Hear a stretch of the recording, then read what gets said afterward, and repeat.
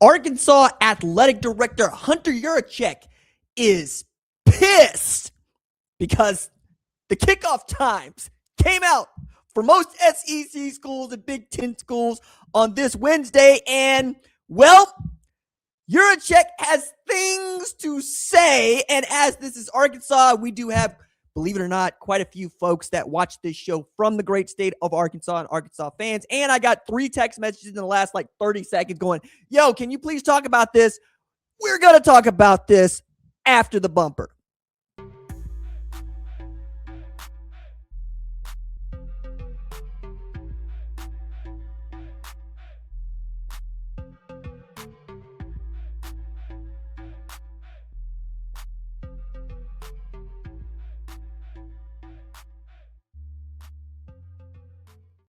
What's up, kinfolk? It's RJ Young. I am not on a step mill. If this is your first time watching Adapt and Respond, consider becoming one of the more than 150,000 subscribers to this here YouTube channel, where you can get YouTube exclusives like this segment, and you can get the full show. We did one earlier today that gets in Tavian St. Clair when I think he's going to play.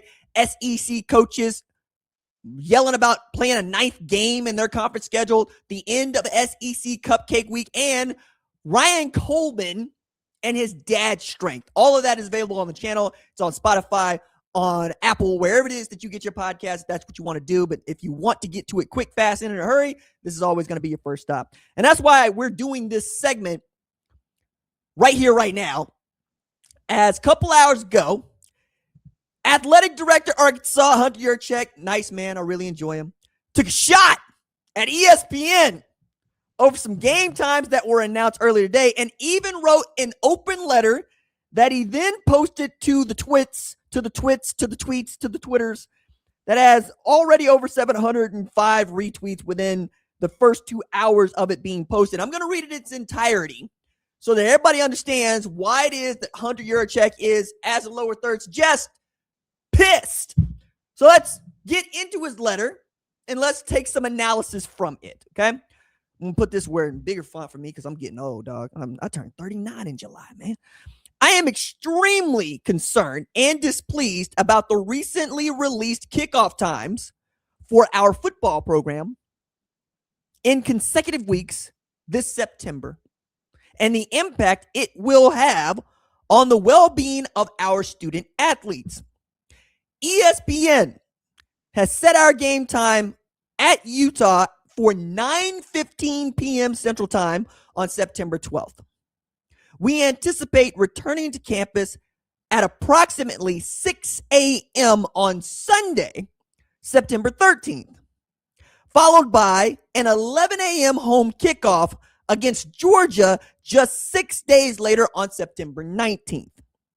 This assigned schedule will cost our student athletes nearly a full day of rest and recovery that they would otherwise have available to them. This is not simply a competitive disadvantage. It is a genuine welfare issue for the young men who represent our program and contribute greatly to the bottom line of our television partners. This type of scheduling is unacceptable and demonstrates a clear neglect for the well-being of college athletes. I am confident that there are not many other programs in the SEC that would be placed in a similar position, and I will not quietly accept it for our players. For our program. I have formally requested that the SEC office and ESPN aggressively pursue an alternative solution for one or both kickoff times during these consecutive weeks. The focus must be on the well-being of the game's participants and not the bottom line of our media partners. And he signed it, Hunter Yurachek, Vice Chancellor and Director of Athletics, University of Arkansas. It's a lot there. It's a whole lot there. But let's start with this. ESPN owns the live rights to the SEC. which means that ESPN gets to tell Arkansas and the rest of the SEC when exactly they will play their football games on the days for which they are scheduled to play them. That is part of the big old contract that you sign with the media partners. Now, the argument that ESPN is putting its bottom line above the well-being of players is one in which I think is hypocritical, because Arkansas would not be partnered with the SEC and ESPN if it was not directly good for their bottom line. And if for whatever reason ESPN decided to say, you know what, you got a point, why don't we just not air your Arkansas-Utah game? That wouldn't fix the problem either. I think that if you are going to sign a contract, you had best honor the contract. Now, if you don't like the way that the contract is being executed, there are lawyers for this. But as there doesn't seem to be a legal recourse for this, it feels like, yeah, Hunter Yurachek is just going to voice the opinion of many of his fans and donors, as well as himself, and how a disadvantage they believe is being placed on them. And when he says not other teams in the SEC, it's because other teams in the SEC that are like them would be sorry or would expect it to be sorry. Now, this is part of the calculus that goes into firing a man like Sam Pittman or any other coach that precedes Ryan Silverfield. You don't expect to be great the next year. Now, you can be. Kurt Cignetti showed you could do that. Sonny Dykes showed you could do that. But we're not going to bet on Arkansas to be great. And we're certainly not going to bet on Georgia at Arkansas to be the game that tilts the SEC championship one way or another, who gets in.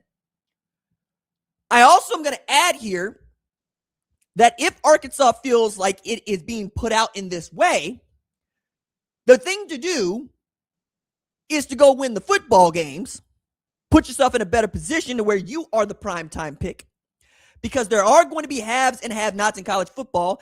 And I think what Hunter Yurachek and Arkansas fans are getting tired of is that they are the have-nots in the SEC. And there are going to be haves and have-nots in every Power Four.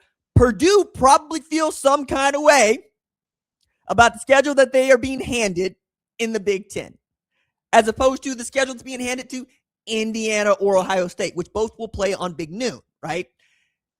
The 11 a.m. window is also the Fox window. It's where they put their big game. Where it's also not the place where ESPN puts its big game. That's the 7 o'clock window for the most part, right? CBS, kind of NBC, they try to fluctuate in that 2:30 to 6 o'clock window as well. I don't look at this and say that Hunter Yurachek doesn't have a point. I do look at this and say it's a lot of whining out loud with the hope that ESPN and the SEC come to some solution on your part. But here's the thing. If they do that, they will have to do that for everybody. Because I guarantee you, there is not a single college football coach in America that wants to be playing a college football game on Friday night at 9:15 p.m. Central Standard Time. That's just not a thing. We love it because we watch the sport. And you know what brings the money into college football? You and me watching the sport. Period. Hunter Yurachek is also an athletic director who chose to fold his men's and women's tennis team only to be loudly browbeat into bringing them back because people found out it costs less to have your men's and women's tennis program than it does to get you an SEC quarterback. Costs about $1 million plus to field tennis teams, men's and women's, at Arkansas. You can't get a starting quarterback in the SEC for $1 million. You're going to be spending that on the backup. So in as far as they feel as if they are being made to eat kickoff times that they don't feel are necessary, I would also add, hey, Arkansas, go ahead and move to the Big 12. You get better kickoff times. You will. You know, go try to reformate the zombie Southwest Conference. Go play with Texas Tech. Go play with BYU. Go play with Utah. You'll get better kickoff times. You will. Different networks, different people. Also, by your estimation, a crappier conference. You don't want to be SEC in Big 12 in baseball. You want to be SEC in baseball. You don't want to be Big 12 in basketball. You want to be SEC in basketball. Y'all love being in the SEC more than you, I dare say, like being Arkansas Razorbacks at times. However, I don't think this is the best way to go about it. I think loudly telling everybody that this is the thing isn't going to move the needle. Just isn't. But one day, it might. And at least now, Hunter Yurachek used to go back to his donors and say, hey, man, I put pressure on them. I'm asking them to come back and do the right thing. If they do, they do. If they don't, them's the breaks too.